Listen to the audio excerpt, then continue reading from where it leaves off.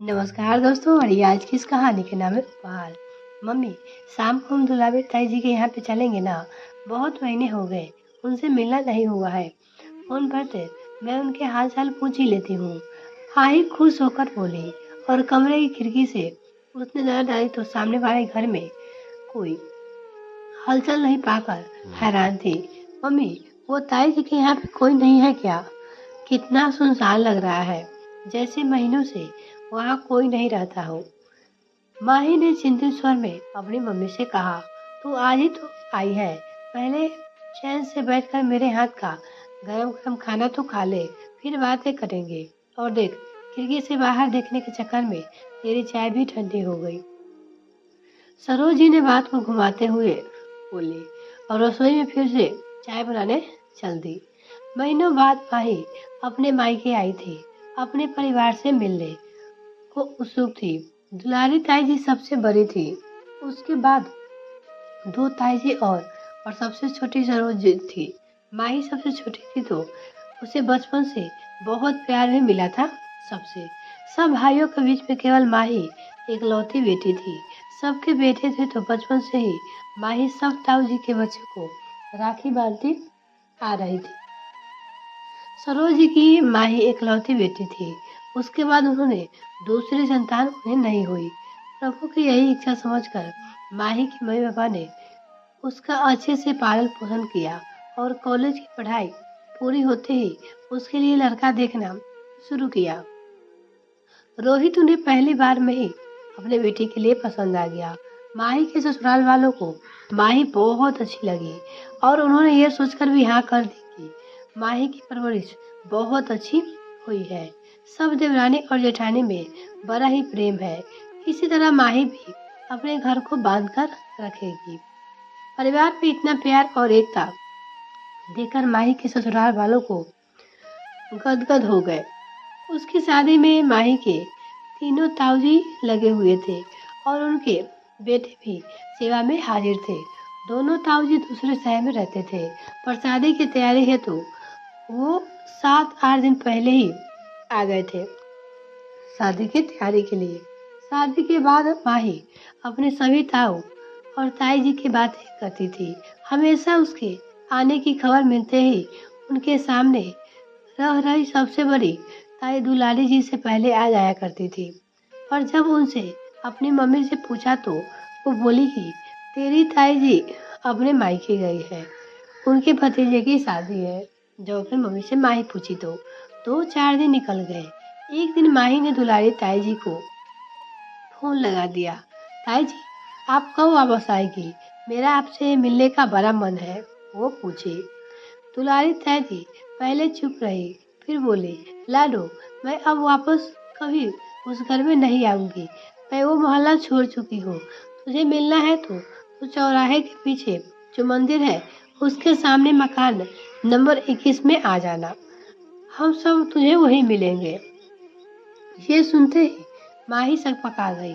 उसे विश्वास ही नहीं हुआ कि उसकी ताई जी, जिसकी सासें इस घर में बसती है, वो ये घर छोड़ चुकी है। उसे नहीं पता था। मम्मी, आपने मुझसे छुपाया, ऐसा अचानक से क्या हो गया? ताई जी तो आपसे पहले इस घर से आई थी, वो कैसे ये सब कुछ छोड़कर जा सकती है? और आपने भी मुझे नहीं बताया। आखिर ऐसा क्या मतभेद हो गए थे? मतभेद तो हर घर में होते हैं, पर मुझे लगता है कि आपके बीच मत में भेद हो गए हैं, तभी तो ताई जी अपना घर छोड़कर चली गई। सरोज जी पहले तो चुप रही। उन्हें कुछ समझ नहीं आ रहा था कि वो क्या कहे अपनी बेटी माही से। वो तो परेशान हो जाती इसलिए नहीं बताया। दुलारी भाभी ने बड़े बेटे निरंजन की नौकरी चली गई थी। घर का खर्चा लगाना भारी हो गया था। उनका घर तो पहले से ही कैलाश भाई साहब के कैंसर के इलाज के लिए गिरवी रखा हुआ था और ऊपर से ब्याज भी बढ़ता जा रहा था। माही की मम्मी बोली, भाभी जी ने मुझसे मदद मांगी थी। मैंने कुछ लाखी मदद करके रुपये निरंजन को दे दी ताकि वो कोई दुकान खोलकर घर खर्चा चला सके। सब लोग बहुत परेशान थे। उन्हें और कोई पैसे देने को तैयार नहीं था। उन्होंने ऐसी बातें की तो तुझे बिल्कुल अच्छा नहीं लगा। भला कौन देवरानी जेठानी के बेटे के ये लाखों रुपए देती है और उन रुपए पर ब्याज भी नहीं मिलता। तेरे पापा ने भी समझाया पर मैं नहीं मानी तो दुलारी भाभी अपना घर बेचकर किराए के घर में रहने चली गई। बस उस दिन के बाद से हमारे बीच में मतभेद पैदा हो गए। सारी बातें सुनकर माही की आंखों भर आई। तब तक उनके पापा भी आ चुके थे। मम्मी, आपने आज जता ही दिया कि देवरानी और जेठानी कभी बहन नहीं हो सकती। ताऊ जी ने पापा को पाला पोसा, उन्हें पढ़ाया लिखाया, उन्हें कमाने के लायक बनाया। दुलारी ताई जी के पापा को अपना बेटा समझा और आपको इतने मन में घर में दुल्हन बनाकर वह लाई। आप सबसे छोटी थी, आपको बेटी की तरह रखा और समय रहते रहते दादू ने इजाजत का सब में बराबर बंटवारा भी कर दिया। सबके अलग अलग घर हो गए। उनके बाद भी वो मुझ पे अपनी ममता लुटाती रहती थी। निरंजन भैया ने मेरी हर इच्छा पूरी की। राखी पे जो मांगा वो दिलाया और जब उन्हें जरूरत पड़ी तो आपने उनका घर बिकवा दिए जाने दिया। उन्होंने आपको एक घर बनाकर दिया। आपको उनकी ही मदद नहीं की। आपके पास पैसे की कहाँ कमी थी, आप तो लाखों दे सकती थी। माही बोली, मेरे ससुराल वालों आप दोनों की एकता और प्यार की प्रशंसा करते नहीं थकते हैं। वो एकता और प्यार कहाँ चला गया? माही अपनी माँ से पूछी। अपनी बेटी माही की बात सुनकर सरोज जी का चेहरा उतर गया। बेटी, मैंने ये सब तेरे लिए किया था। मेरी जायदाद पैसे पर सिर्फ तेरा हक है, निरंजन का नहीं। मम्मी, ताई जी और ताऊ जी के आप पर इतने एहसान है। आप उसे उतारने का सही अवसर मिला था, आपने वो खो दिया। माही रोते हुए बोली। चुप हो जा बिटिया, पापा सिर पे हाथ फेरते हुए बोले। भाई साहब और भाभी जी के लिए मुझे भी बहुत दुख होता है, पर मैं तेरी मम्मी की जिद के आगे कुछ नहीं कर सका। माही के पापा भी वहां आ गए और बोले। सरोज जी को भी अपनी बेटी और पति की बातें सुनकर आत्मग्लानि महसूस होने लगी। उन्होंने दोनों से माफी मांगी और उनके लिए अब क्या कर सकती हूँ, वो रोते हुए बोली। मम्मी, हम ताऊ जी और ताई जी क्या उनका घर वापस कर सकते हैं। वैसे भी अगले सप्ताह उनकी शादी की 25वीं वर्षगांठ आ रही है और इसमें यह घर खरीदा है। वो भी यहाँ रहने भी नहीं आए हैं।